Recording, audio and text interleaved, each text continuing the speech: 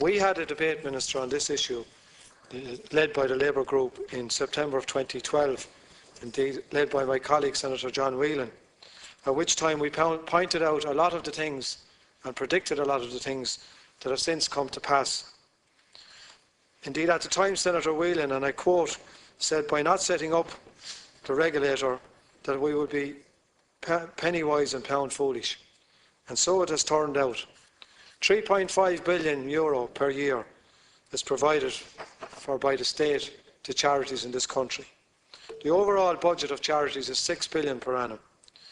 And yet we see the disgraceful situation where the CEO and her staff of Rehab have refused to tell the Irish taxpayers what they're getting paid, have refused to tell us, other than the investigations, Minister, that you have led, where monies are being expended and spent. We have the disgrace within the CRC, again, clouded and genuine contributors to this organisation refusing to reveal where money is going.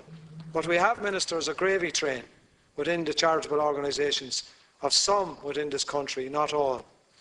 We have sweetheart deals for people who have set themselves up not as people to support charities or the needs of people who are involved in various organisations, but to set themselves up as leaders of hierarchies to feather their own nests.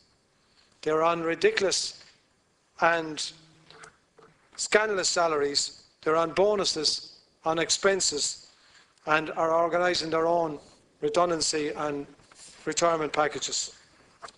It must not go unsaid, however, that there are some fantastic charities in this country.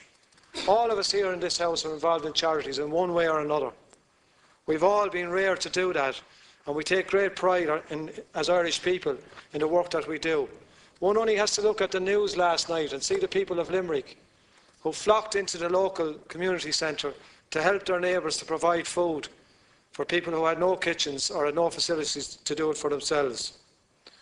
But it also has to be said that there is currently no clarity or transparency in the system that purports to be charities and charitable organisations in this country. And therefore, Minister, I welcome what you're doing in this legislation, but the fact that you're bringing forward a regulator and doing it in the next couple of months. I would ask you, Minister, in relation to the number of directors that are going to be appointed. Can you give us some detail and comment on how these directors and what qualifications they will require?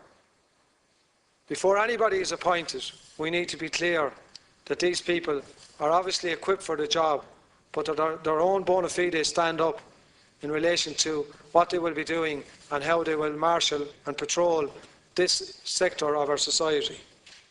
Too many people in this country are in the golden circle, and too many people are appointed for the wrong reasons.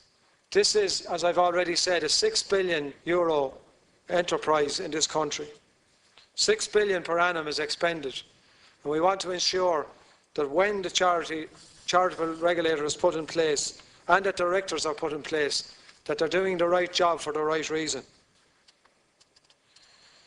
I would also like to ask you, Minister, in relation to the registration fee. I believe it is envisaged that all charities will have to register. I would like you to give some clarity on that in relation to how the fee will be arrived at. Will there be a ratio based on the expenditure of the organisation? And will you consider bringing that in halfway through this year rather than waiting until next year? There are 8,500 charities in this country. Most of them receive money from public funding. Most of them receive money from donations from genuine, ordinary Irish people. It is imperative that when you, Minister, put in place the regulator, that all of these charities are required to be transparent and that clarity in what they're doing is uppermost. Many members have mentioned already in relation to how this will be done, and I'm going to go over that. But at the end of the day, when somebody hands money into a charity, they need to know where that money is going to end up and how it's going to be spent. In simple terms, that's what we need to see from this process.